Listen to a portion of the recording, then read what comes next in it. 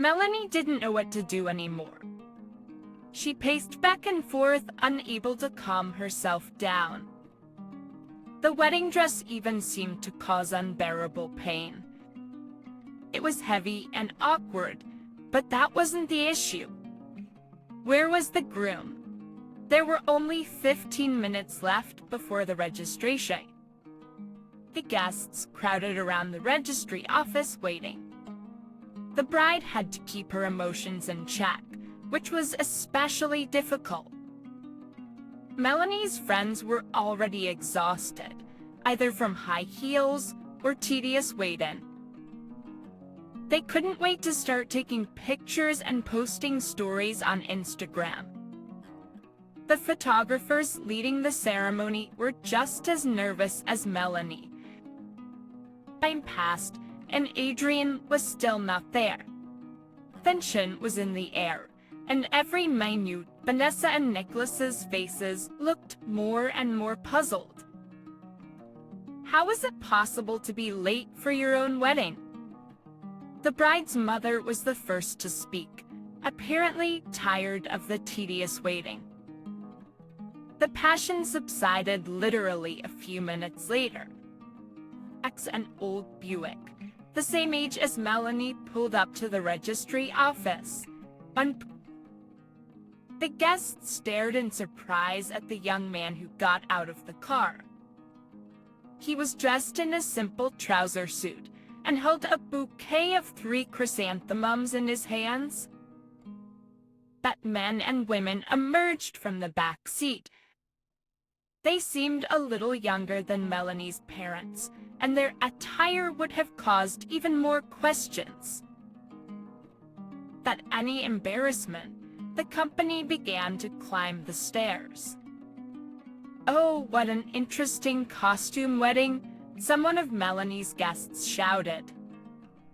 The young man laughed and handed the bewildered Melanie the bouquet of chrysanthemums. "Hi, darling. Please excuse my lateness." The guests fell silent and watched with interest as the events unfolded. "Adrian, what is this? Please explain, is this some kind of surprise?" It seemed like Melanie was suffocating from her tight corset. "You just professed your love to me yesterday.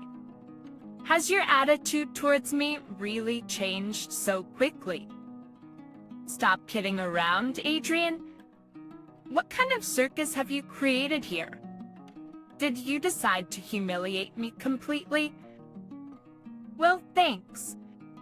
You succeeded. How did I not realize you were a fraudster from the start?" "Oh, circus here." Adrian's voice was now more serious. "We were on a boat ride together. Remember, you told me you wanted to live with me for the rest of your life. And at the calf, remember, I gave you an expensive watch as a gift. I bought all of that with my honestly earned money. I knew you wouldn't want a modest wedding, so I took a loan for this event."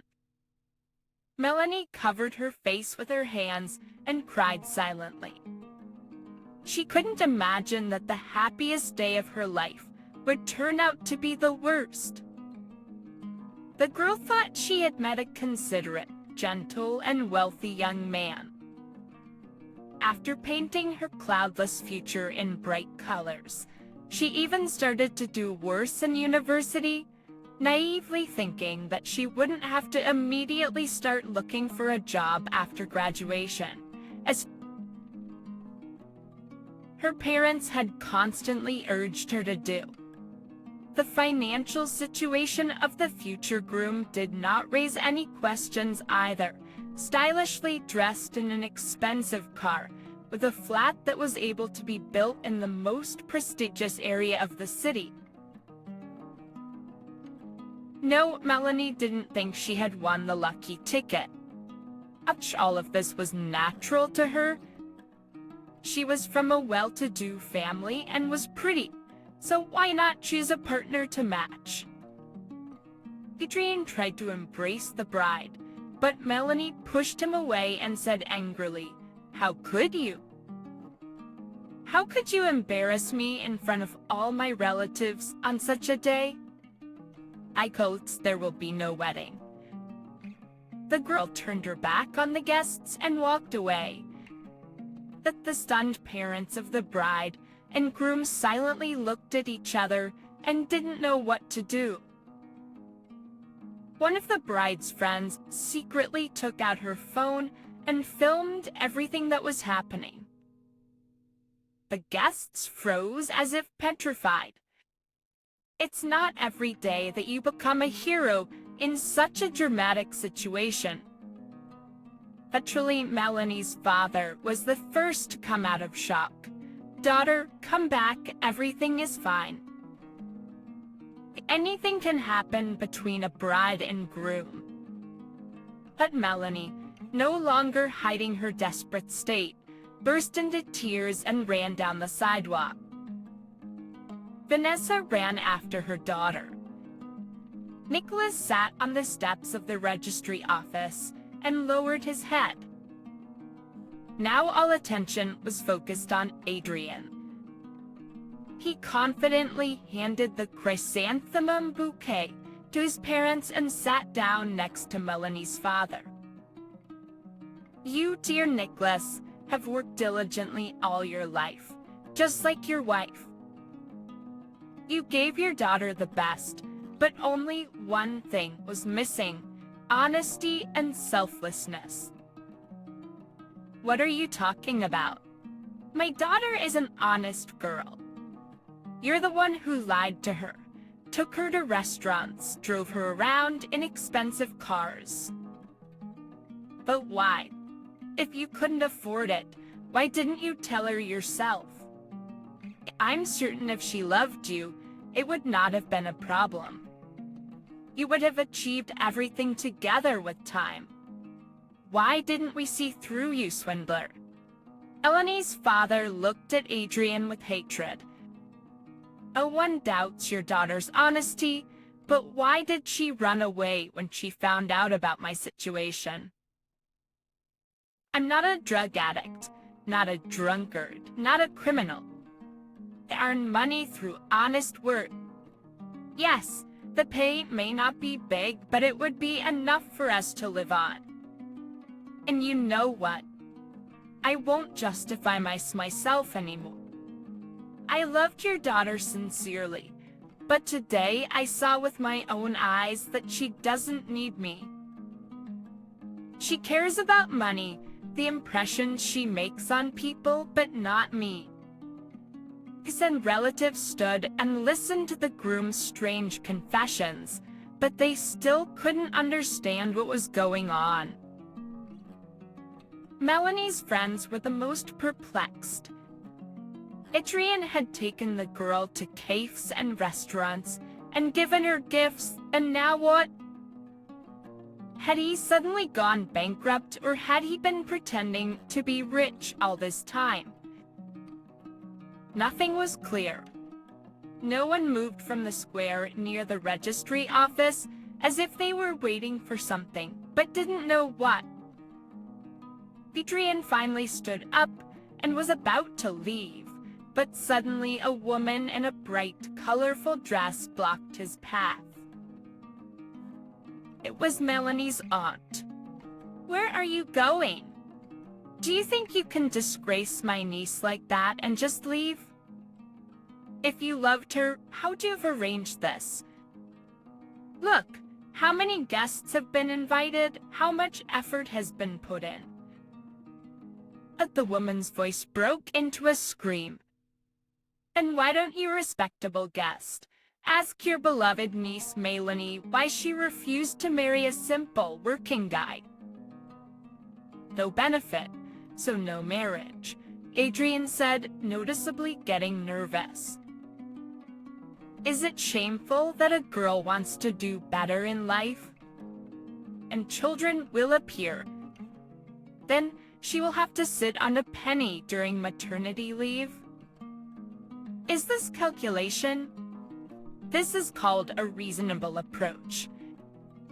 Did she deceive you about something? Was she pretending to be somebody? Adrian wanted to argue, but fell silent. Suddenly, his mother, Caitlin, approached the bride's defender and began to speak calmly. You know, Adrian didn't want to shame his future wife. He fell in love so deeply for the first time in his life, and he's not to blame for what happened. Melanie is to blame. What are you saying? Is it Melanie's fault? Of course. The mother always has a good son, and the daughter-in-law is bad. Melanie's aunt wasn't going to give up. We saw Melanie with another man at the cafe a month ago, said Caitlin, stunning Nicholas and silencing the angry woman.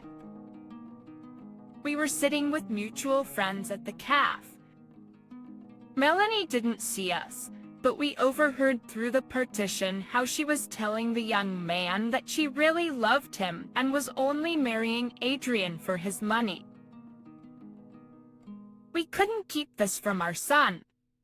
All the guests stood in shock at what they heard. No one expected such a turn of events. Even Adrian himself was uneasy with those words. He lightly took his mother by the elbow and tried to lead her away, but Caitlin was not going to leave. Adrian didn't talk to us for a week, and then he said he would still marry Melanie. So we convinced him to take this step, to say that he's poor and we couldn't even imagine that she would behave like that, fleeing from her own wedding. Isn't this evidence that she doesn't love our son? She only needs our money. Come on, Mom, let's go, said Adrian and took his mother towards the car. The guests had already started to disperse, and Melanie's father still couldn't come to his senses. How could I have raised such a daughter? The man muttered to himself and didn't understand where he was going or what he was doing. He loved Melanie very much and was already looking forward to her happy future that everything collapsed instantly. 3 months have passed since the ill-fated wedding, and incredible changes have occurred in Melanie's family. Nicholas suffered a stroke that paralyzed the left side of his body. It was a shock to the family. Thus always active and hardworking, Melanie's father now spends almost all his time in bed. Vanessa abandoned the affairs of the store, hastily hired a new manager, and began to devote herself only to her husband's health. Melanie was finishing her final year at university and waiting for her final exams. Suddenly, the gloomy series of events seemed to be not going to leave the family. Sales began to decline noticeably. The regular customers of the stores, who once did not find the friendly and responsive hostess, began to come in less and less. His salaries began to decline, and 2 sellers had to be fired. Thusing only Vanessa's elderly friend and a young girl of 25 remained working in the store. She also performed the role of a cleaner. But even these 2 women barely held on. The work schedule was not designed for 2 people. After his daughter's failed marriage, Nicholas abandoned all his affairs and began to give money to anyone in debt. The man seemed to want to show all acquaintances and unfamiliar people his generosity and selflessness. But in reality, as soon as the store owner was on the brink of life and death, all the debtors disappeared somewhere. Vanessa was at a loss. She had never dealt with such matters, nor did she have time for them. She spent the last available money on her husband's rehabilitation Several close relatives supported the family as best they could, but everyone had their own affairs and worries, and all the responsibility for caring for the sick, Nicholas fell entirely on her shoulders. Melanie herself was never interested in parental affairs. Either she was busy studying at school and then at university, or there were other reasons. It's in fact, Nicholas and Vanessa didn't want their daughter to be involved in sales. After experiencing a difficult time in the trade industry, Melanie's parents had high hopes that their daughter would pursue a prestigious profession vastly different from their own. However, all of Melanie's plans fell apart instantly.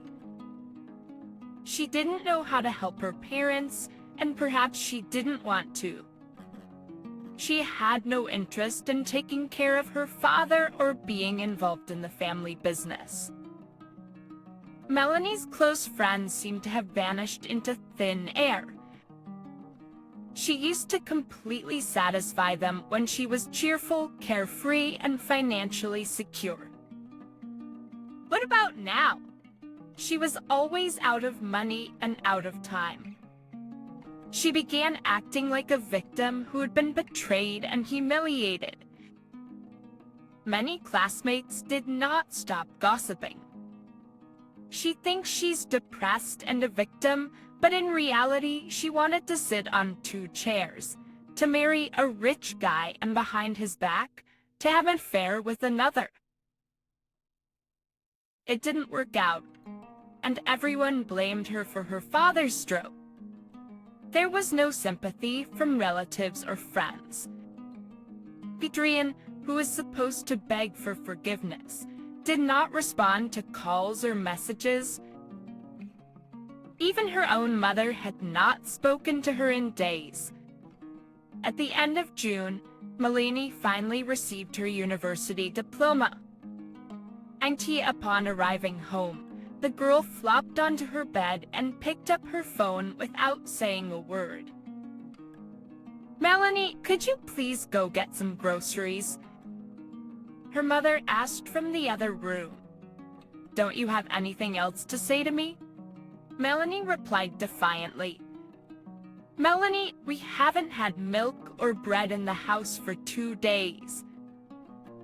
So, does that mean the bread is more important to you than your daughter's diploma?" Everything was the opposite not so long ago. Her mother emerged from the room looking very pale. "You know, daughter, I didn't realize what a terrible person I raised. It's painful for me to accept that you're my daughter." "Wait, did you just call me a terrible person? Are you out of your mind? I graduated just now and got my diploma. So why do I get an errand to the store instead of congratulations? You're almost 23 years old, yet you still think like a child. It was a huge mistake for Dad and me to indulge you and plan your wedding. So are you going to accuse me of being dumped by Adrian now?" "Yes, I'm going to accuse you, and not just of that." Her mother spoke quietly, so as not to wake her sleeping husband. "But your behavior caused your father to have a stroke, and me to have a pre-heart attack condition. You started an affair, knowing that you were going to get married soon. I couldn't even imagine that Adrian's parents would be there. I'm telling you for the 1,000th time, I didn't confess my love to that guy. I don't know why Caitlin told Dad that I did, and why you believed her instead of me. The guy wrote to me on Instagram asking if I, as a beginner designer, could advise him on choosing furniture.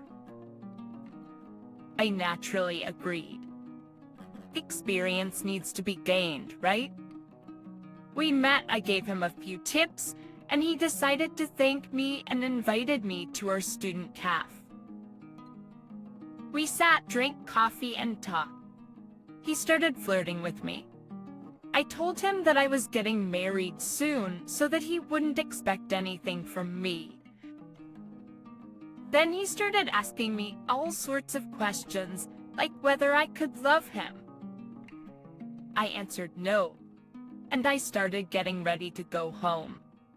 Then he asked me if I could pay for myself. I told him, "Why did you invite a girl to a calf if you don't have any money?" He started to justify himself, asking, "Oh, why is money so important to you girls? Is that the most important thing in life?" I told him that yes, money is important to me, and my fiancé is very wealthy, which is why I chose him. Why did money become your top priority? Melanie's mother asked her. Melanie replied, "Money means freedom. Yes, you can't buy everything in life with it, but a good income allows me to work and live the way I want. Not like you and Daddy. You've been working from dawn till dusk in your store. Gips, if we'd been better off financially, Daddy wouldn't have been so upset about the money we invested in that damn wedding."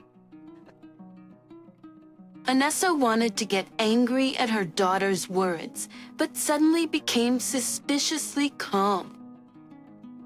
It stakes narrow. Daddy had a stroke not because we spent a lot of money on the wedding. He was very upset to find out what kind of two-faced and selfish daughter she had. Wow, are you accusing me again? At least I was honest with Adrian. He lied to me. Either he was rich or he was poor. A decent person wouldn't present themselves like that. Listen, I value myself, and I don't want to marry any clowns and liars. So there's more to think about. Who's really two-faced and self-serving? Enough talk, Melanie. So tomorrow morning, we're going to the store and you'll work as a substitute salesperson until we make a good profit. Me, a salesperson? I don't know how to do that. Have you asked my opinion? You haven't even bothered to ask how much it costs to rehabilitate Daddy in these 2 months. How I pay the salespeople, how we manage all of this. You only think about yourself. She put her money on the table and left the room. Melanie protested. I haven't asked, and I won't ask. How I pay the salespeople, how I manage all of this. You only think about yourself. Melanie went to the nearby grocery store and was overwhelmed with tears. She couldn't imagine being a salesperson, eating a sandwich for lunch and gossiping with other salespeople. She felt like the end of the world had come to her young and beautiful life, and she would have to forget about her interior design career forever. Who would hire her as a recent graduate with C's in her diploma for such a serious and creative job? She needed to gain experience, but she wouldn't work for free and she wouldn't earn decent money right away. The next day, Melanie and her mother went to the store, while Aunt Polly stayed home to watch over Melanie's recovering father. The store was located at the intersection of 2 busy streets, which saved it from closing. The customers always appreciated the quality and variety of goods, but it was difficult to compete with the nearby shopping center. Its generous departments sold clothes of poor quality, but they were cheaper and in great demand. Then, during the family meeting, it was decided to implement a system of discounts for regular customers and to consider other marketing tactics. "Hello, Vanessa. How happy I am to see you," greeted the hostess. her friend who worked as a salesperson in their shop. "Hello, Rebecca. I bought you a new employee." Vanessa pointed at Melanie. "Rebecca, I have only one request for you. Treat Melanie not as my daughter, but as an ordinary person who came here to learn everything. Vanessa, while you are here, let me tell you that we sold all the old stock quickly, but the new models are less in demand. The fabric is natural wool, but the color is gray, slightly faded. But everyone likes it. We haven't sold a single suit this week. Everyone is asking for classic dark gray or black. You should negotiate with the supplier. Must order several batches of pants and suits, since they are in demand." Melanie listened in horror to her mother's conversation with the salesperson. What sizes? What wool fabric? She was a designer herself and studied types of fabric, color combinations, but it was one thing to work in soulless premises and meet clients as necessary, and another to try to please people As Jen's gate were, Melanie remembered how deeply uncomfortable she had felt when Mom or Dad had boasted in front of every customer and turned into such caring and cute people. And six of the customers left with their purchases and were satisfied, but her parents came home and hardly spoke to each other. As a child, Melanie wondered why her parents were so tired. After all, they didn't have the hardest job in the world, and only years later she understood that any job with people, if done conscientiously, is very exhausting. Is this what my mother wants to teach me? To please everyone? Melanie exclaimed, and did not realize how she had wandered into the men's clothing section and got lost in shirts and sweaters. Are you choosing something for your husband? You know, your beloved man probably will like this cashmere sweater. It's warm, comfortable, and cozy. There are all sizes and 5 colors to choose from. Melanie couldn't figure out how to introduce herself, who she was, the hostess's daughter or a new employee. I won't bother you. Please choose. When you decide, please let me know. I'll come over, the salesperson said. How nice it is.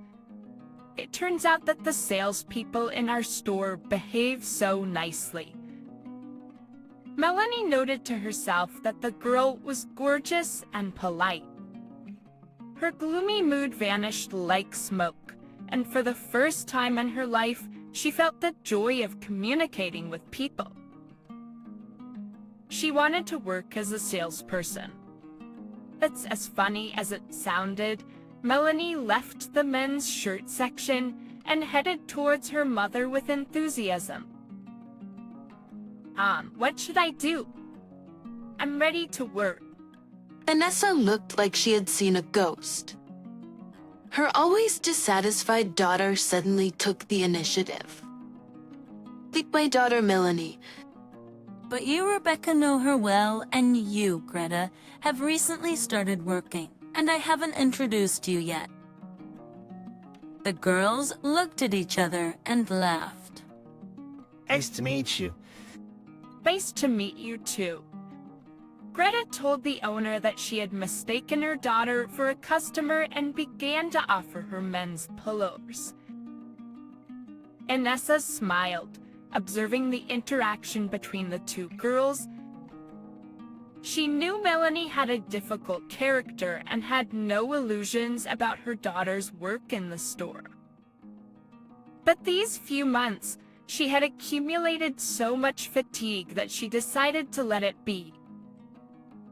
Melanie didn't expect everything to turn out this way.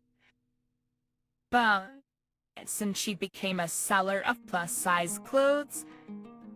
But surprisingly, the girl felt a sudden surge of strength and energy. Melanie threw all unnecessary thoughts out of her head and started to learn sales. These are single-breasted jackets. These are double-breasted jackets. These are buccal fabric jackets. Used to be insanely popular. Thus, Greta told Melanie about the models in the women's clothing department. What's the maximum size for these jackets? We always ordered tunics and dresses of certain models up to XXL. Melanie's face showed surprise or bewilderment. Well, you know, there are different body types. Different women, said Greta. Really? I didn't think plus-size clothes were popular. Well, your parents are smart people and they wouldn't deal with selling outdated things, so... Think about it. That the sizes of fashionable dresses, blouses, and skirts end at size L. But women of any weight want to look elegant and modern, and men too. We have many regular customers who don't want to lose weight, but want to dress fashionably. It's not our business why they live like that. Our task is to satisfy their needs. And, you know, there are few places in our town where you can find clothes that are both high quality and fashionable in that size.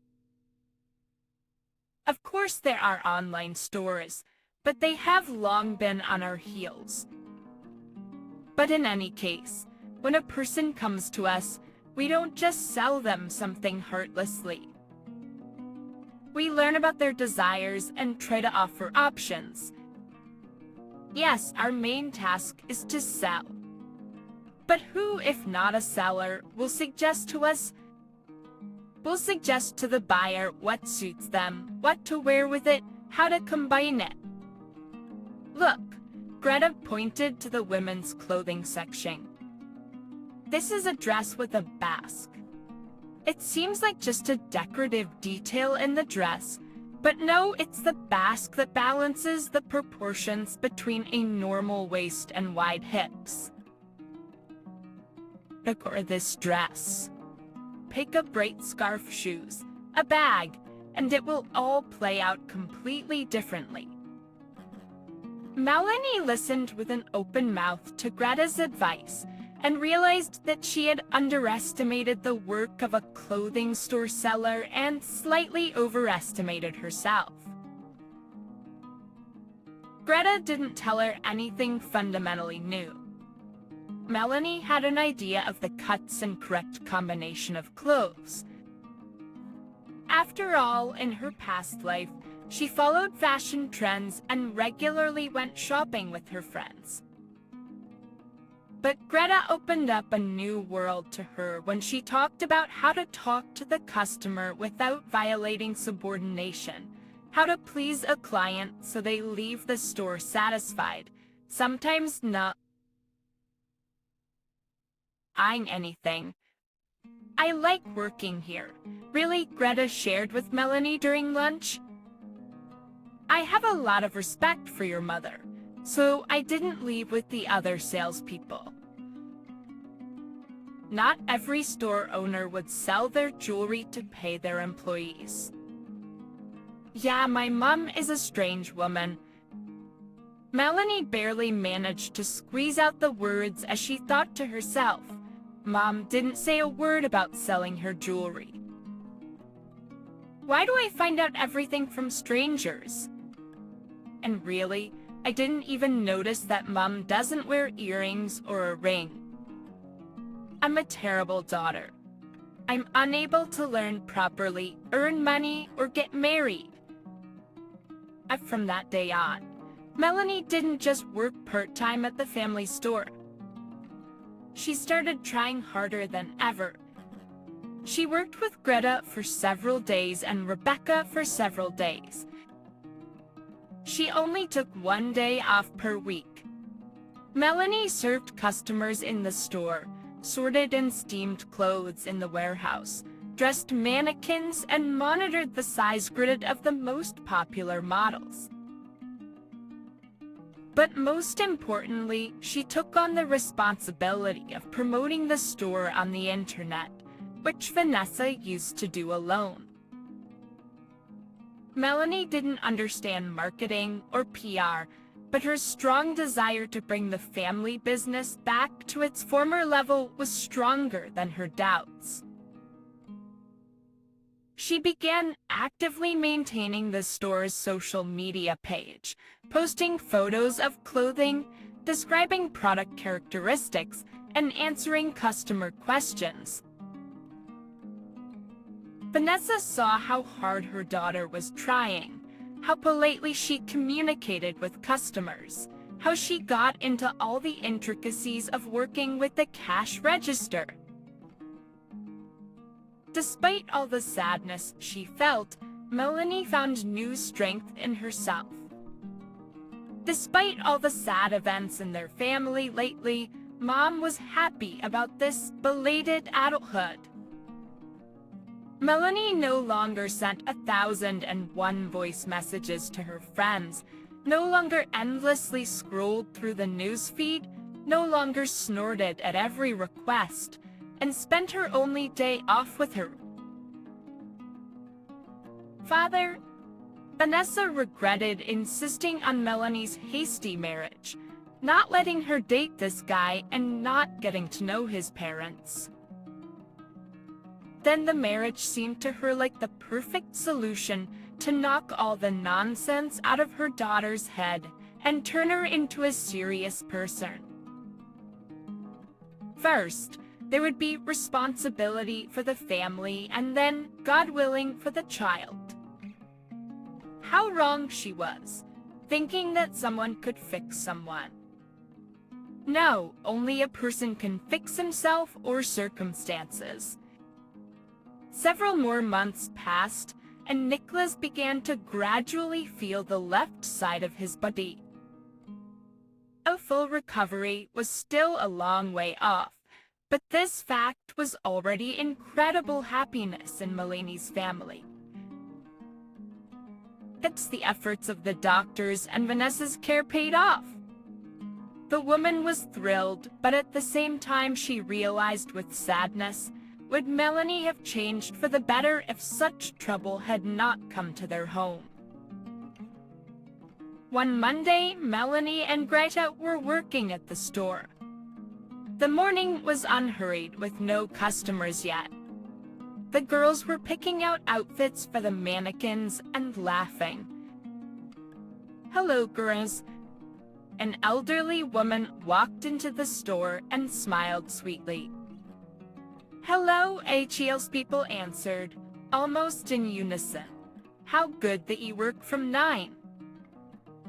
I've already had insomnia for a few nights. I wake up at 5 in the morning. I don't know what to do with myself. I've decided to go for a walk, find what I need and calm down. What would make you feel better?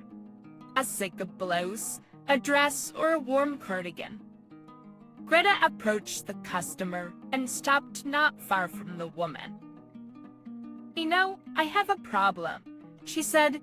"I need to pick out a dress for a wedding. The size is XL. I already looked for a dress yesterday here next to you." The woman nodded her head towards the neighboring shopping center, but they offered me all dark colors. "Please tell me, what kind of dress styles do you usually wear?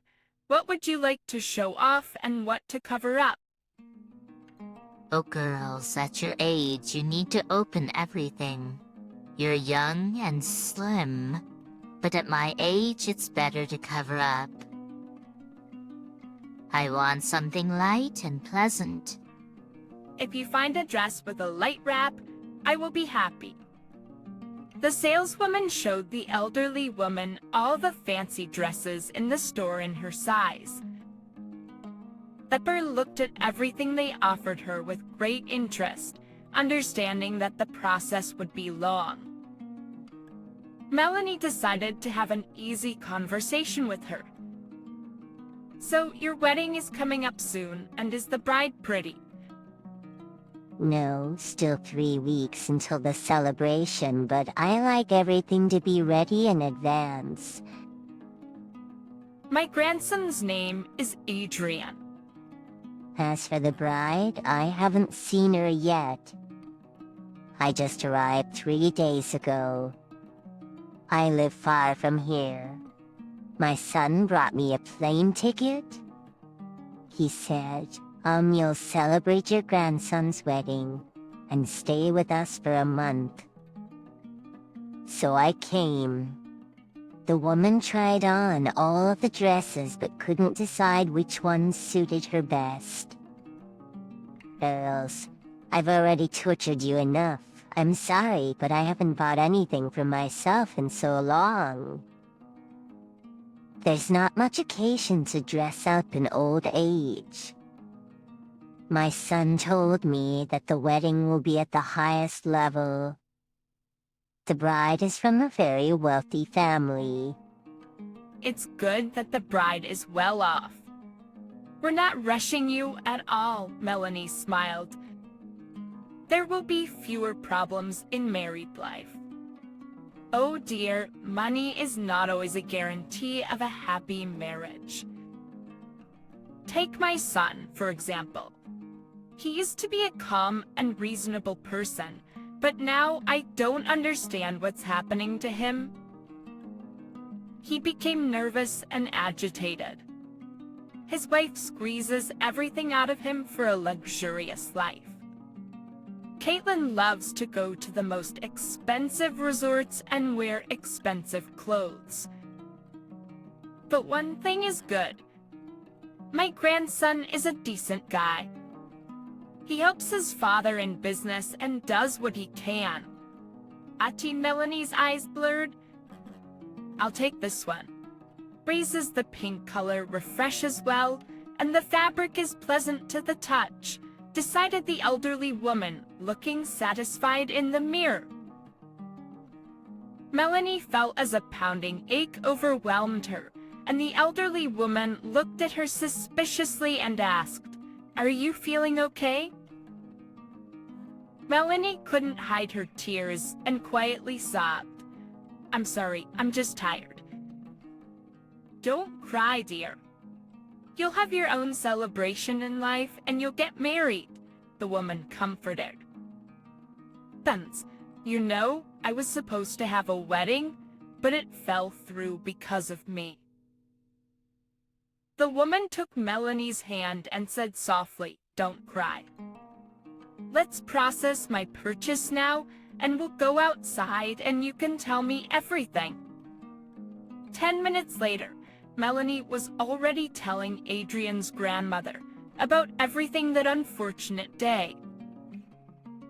Then she talked about her father's stroke, how her mother was devoting all her strength to taking care of her husband, and how she was working as a saleswoman in a store to help her. And to help her parents.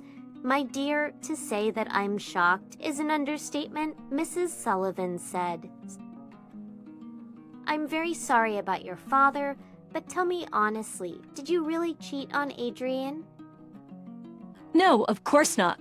Melanie's voice sounded desperate. I'm telling you all this not because I want to get Adrian back. It's too late.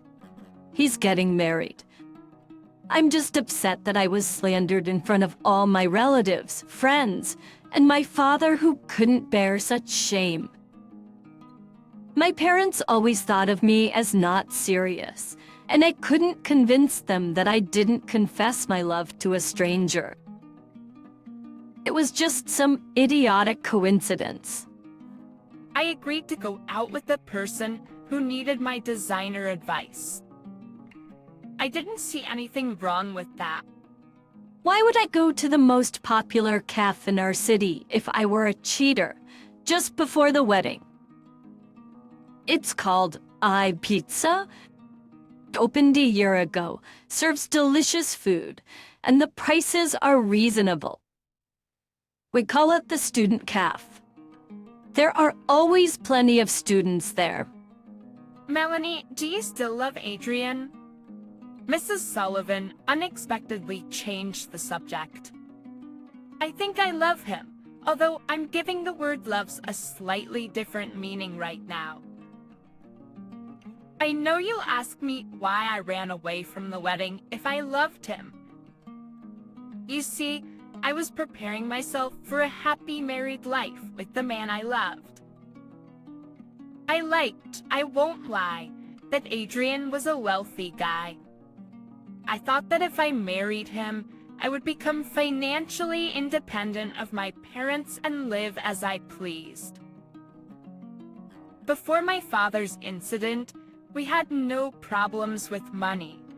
But my mom and dad constantly talked about how I would have to work hard in the future to become a real professional and live with it. Worries. Now, I understand that my parents were right about everything, but back then, I just imagined that half of my life would be spent on achieving that, while there were so many other interesting and new things around me. There were so many other interesting and new things around me. Your grandson came to the wedding like a jester, saying that he was completely broke and that we would live on his salary as a taxi driver. I just didn't expect such a turn of events. I had told everything about my smart, beautiful, and well-off fiancé, and then this happened. I understand that in your eyes, I am a foolish, selfish person who wanted to settle better in life. But let it be that way, but I'm just too tired. How many thoughts are running through your head, Melanie? But believe me, the most important thing is that you realized your problem. We all make mistakes. My son, Brandon, a successful entrepreneur, a self-sufficient man, but he's under his wife's thumb. And he didn't say a word to me about this story. But you know, Manny, our conversation with you is not over yet. Let's meet tomorrow morning. I think my legs led me to your store for a reason, she said to Melanie. Melanie said goodbye to Adrian's grandmother and went back to work. And a feeling of unprecedented relief filled her soul.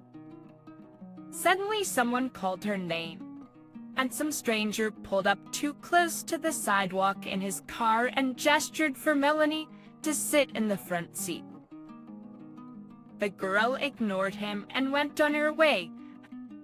The stranger jumped out of the car and ran up to Melanie. Hey, Melanie, do you remember me? He asked. Hello! No, I don't remember you. Wow, calm down. Why so gloomy in the morning? I just came to talk to you. I'm one of Adrian's friends. My name's Marcus. I was late for your wedding. I've been writing to you on social media, but you don't respond. So I had to catch you on the street. Do you know that Adrian is getting married soon? I'm happy for him, she said. But he doesn't love his fiancée. His mother is forcing him to marry this girl. Things aren't going well for his father in business, and Crystal is the daughter of a big shot in our administration. He seemed to like her at first, Melanie continued. But he talked to her for a while and realized they didn't have any common ground. He isn't glad he agreed to this wedding himself. Well, there's nothing I can do to help, Melanie said. Let him put in the same shell with her as she did with me, and maybe she'll get off him on her own.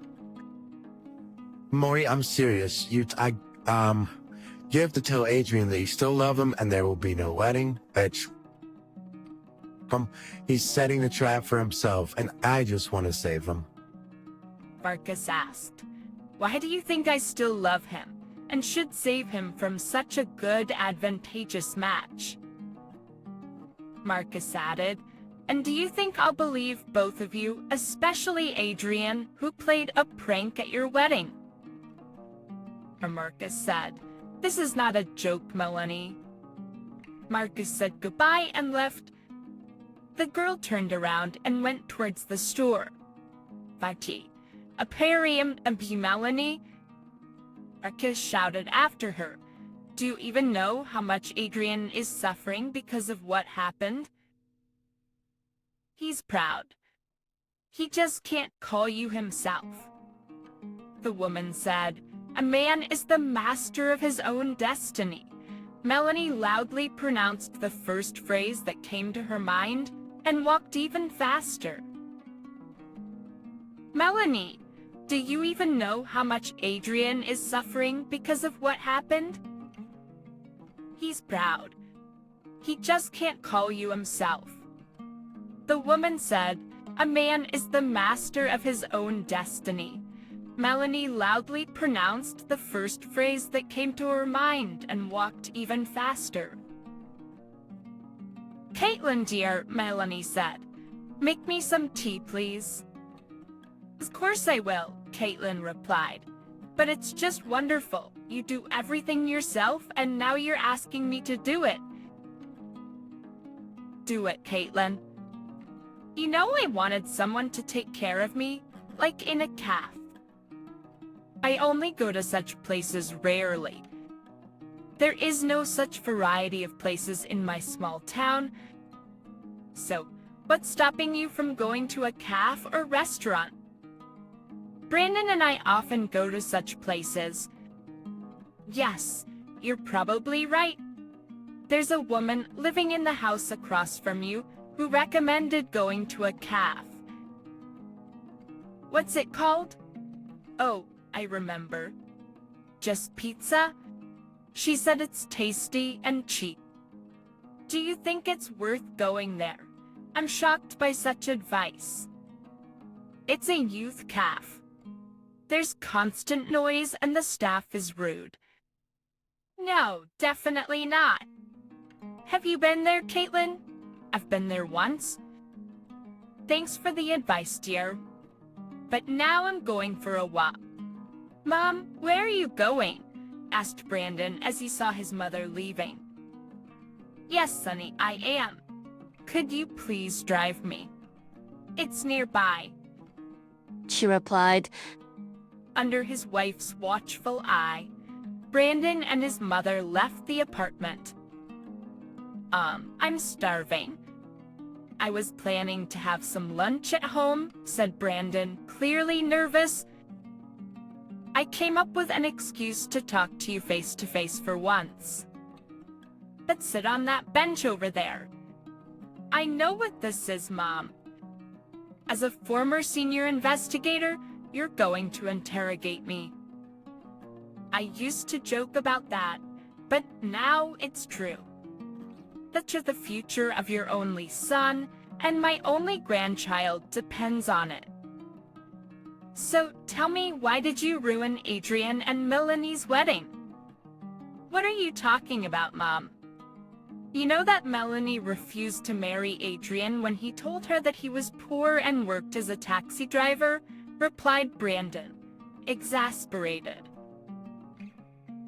But that's not all. She was also flirting with a stranger behind Adrian's back before the wedding. We saw and heard everything. And why did you and Caitlin, the regulars in expensive restaurants, decide to go to such a cheap youth cafe? Caitlin called me. I was really surprised to go to such a place, but I didn't say anything. And what a coincidence. You were lucky enough to find 2 free tables in a crowded cafe. Yes, Mom. First we met Christianly's. We saved our son from that lying girl, and now he's marrying a good girl from a decent and well-off family. I will be pleased to be related to her father. Brandon, why are you so worried and stressed all the time? Your mother is still alive and your son is marrying a good girl, yet you're on pins and needles. Tell me the truth. Well, if you want to know the truth, then here it is. I invested a large sum of money into a business and lost it. We barely have enough money to cover the debts, and the wedding is ahead. Everything is difficult. Why did you give your son an expensive wedding during this difficult time and put yourself further into debt? Just wouldn't Adrian have understood your situation? No, Mom.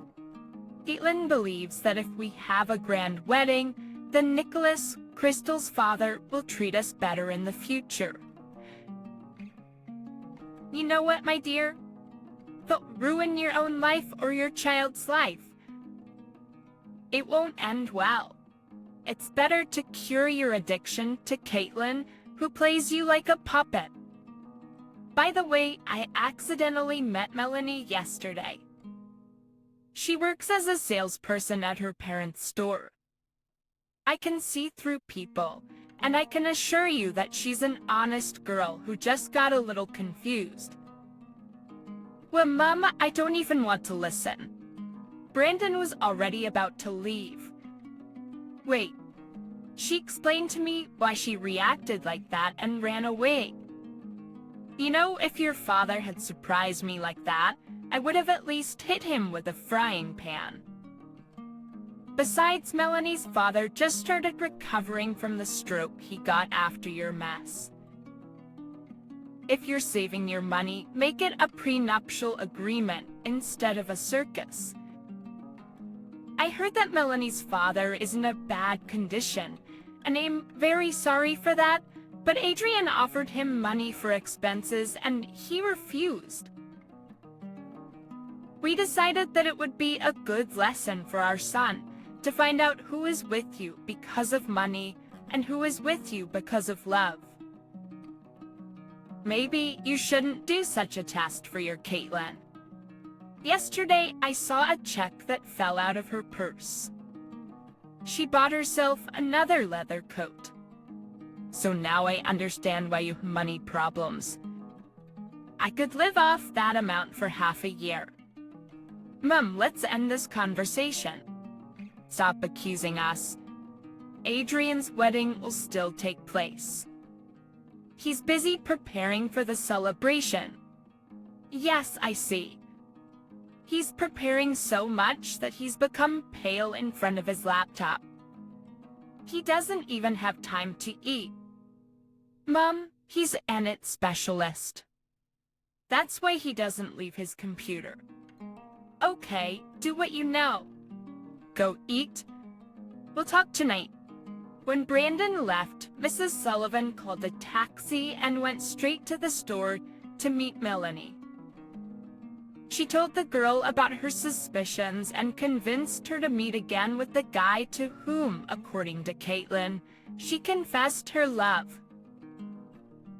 Although Mrs. Sullivan's ideas seemed partly absurd to Melanie, after an hour of conversation with her, she agreed to meet with the guy. He's in conversation with the charming investigator. Her doubts disappeared on their own after receiving a call from Melanie reporting that the meeting with the necessary man was scheduled. Mrs. Sullivan gathered Brandon, Caitlin, and Adrian in the living room. My dear ones, tomorrow marks exactly 45 years since I started working in the police.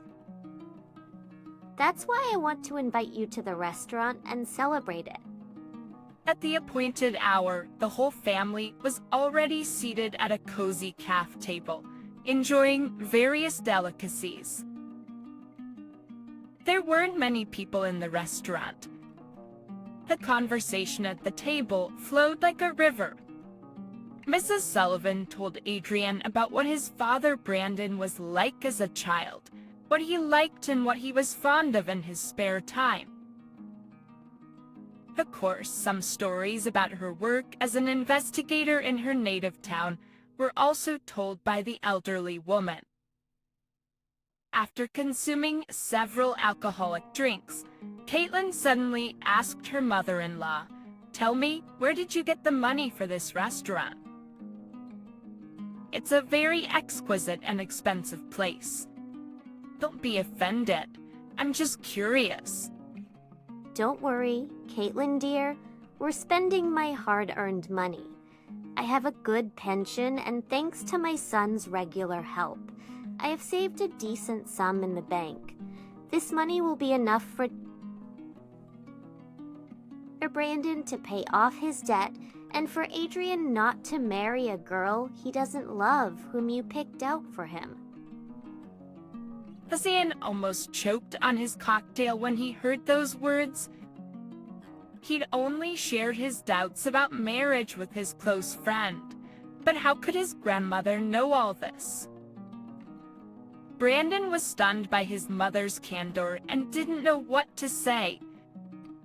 Caitlin was breathing heavily and was about to start a verbal battle.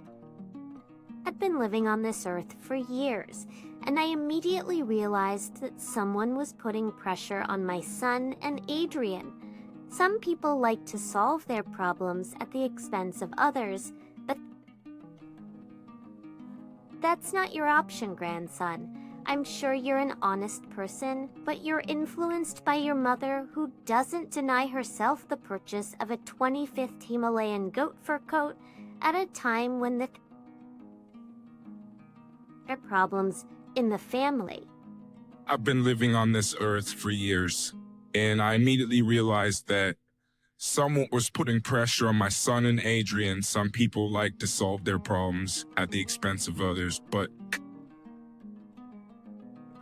as not your option, grandson. I'm sure you're an honest person, but you're influenced by your mother, who doesn't deny herself the purchase of a 25th Himalayan goat fur coat at a time when there are problems in the family. How dare you speak to me like that? Caitlin stood up and threw a crumpled napkin on the table. Sit down and calm down. Melanie, come here. But to everyone's surprise, Melanie and an unknown man appeared. I invited guests to our wonderful celebration. A celebration of truth, honesty, and justice, Mrs. Sullivan added. Caitlin, don't you want to tell us how you arranged the meeting between this young man and Melanie? Here, Caitlin was looking at her mother-in-law, and the young man seemingly ready to take a desperate step. Adrian stared at Melanie intently, feeling overwhelmed with shame. How could he have believed his mother's words and become involved in this shameful adventure? I'm very sorry this happens, the guy said, looking at Adrian and Brandon with sad eyes. I just needed money. And then Caitlin suggested earning some extra cash by provoking emotions and extra words from Melanie. I would never have come here and kept this a secret if Melanie hadn't said that her father had a stroke after the shock at the wedding. Forgive me, the guy lowered his eyes to the floor and left the cafe. Melanie stood and silently cried behind Mrs. Sullivan's back. But yeah. Why did you lie to everyone, Caitlin? Why did you convince everyone, that our son's bride was a traitor, and when Adrian didn't believe it, you suggested such a nasty way of testing? How could I sign up for all this nonsense? I don't want to see you anymore. Wait, don't jump to conclusions, Melanie exclaimed, rushing to the table as if struck by lightning. Don't argue because of me. I'm not worthy of such sacrifice. I just didn't expect such a test on my own wedding day. Adrian, I'm sorry I didn't appreciate you as I should have. The girl wiped away her tears and headed for the exit. Adrian immediately jumped out of the table and ran after her. Forgive me, Melanie, for my father, for falling for my mother's words about you like a fool. Let's go talk. It just wasn't meant to be. It was for an entirely different reason. Our parents didn't allow him to marry the girl he was deeply in love with, and despite them, he hastily married me. I was the happiest person on earth when I got married. I rejoiced, dreamed, and eagerly anticipated when you would be born. The pure father physically lived with me, but until his death, he thought of that girl. You can't imagine how painful it is to feel all your life that you're not the one and only, but just a good mother and wife. That's why I often stayed at work, tried to forget received diplomas, titles, but couldn't get the most important thing: reciprocated love.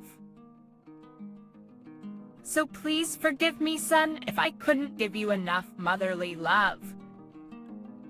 Mrs. Sullivan tightly squeezed her son's hand and sighed heavily. Why have you told me all this now? There was no reason then, and now the time has come. I'm sorry, I've completely lost control of myself, exclaimed Caitlin, and tears flowed down her cheeks. Everything will be fine, said Mrs. Sullivan, taking Brandon and Caitlin's hands and joining them together.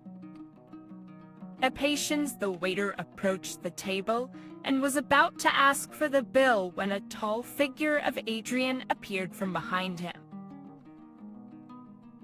Empty to pieces of news for you. The dear parents' grandma, pardon, the senior investigator for heart cases. Let me start with the good one. My carefully chosen bride, Crystal, is leaving to study in London.